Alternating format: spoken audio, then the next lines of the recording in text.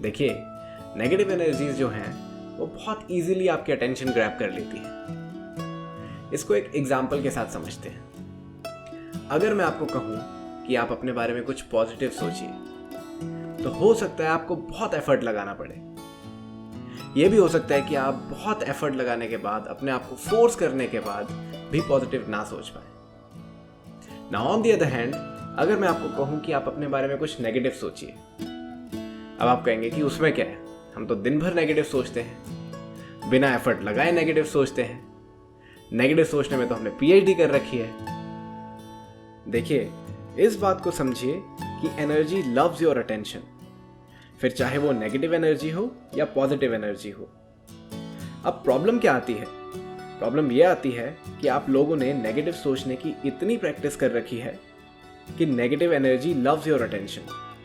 अगर आपके माइंड में कोई नेगेटिव थॉट आता है तो आप उसके बारे में सोच सोच के, ओवर थिंकिंग कर करके ऐसी सिचुएशन माइंड में क्रिएट कर लेते हो जो एग्जिस्ट भी नहीं करती, और एक छोटी सी प्रॉब्लम को आप बहुत बड़ी प्रॉब्लम बना देते हो उसके बारे में अननेसेसरी सोच सोच के। अब इसका सॉल्यूशन क्या है? देखिए, लॉ ऑफ अट्रैक्शन कहता है कि हम जिस भी चीज़ पे फोकस करते हैं या उसे अटेंशन देते हैं, हमें वैसे ही रिजल्ट्स मिलते हैं, या हम वैसी ही चीज़ें मैनिफेस्ट करते हैं अपनी लाइफ में। सो अगर आप अपनी प्रॉब्लम्स पे फोकस करोगे तो आप और ज़्यादा प्रॉब्लम्स अट्रैक्ट करोगे।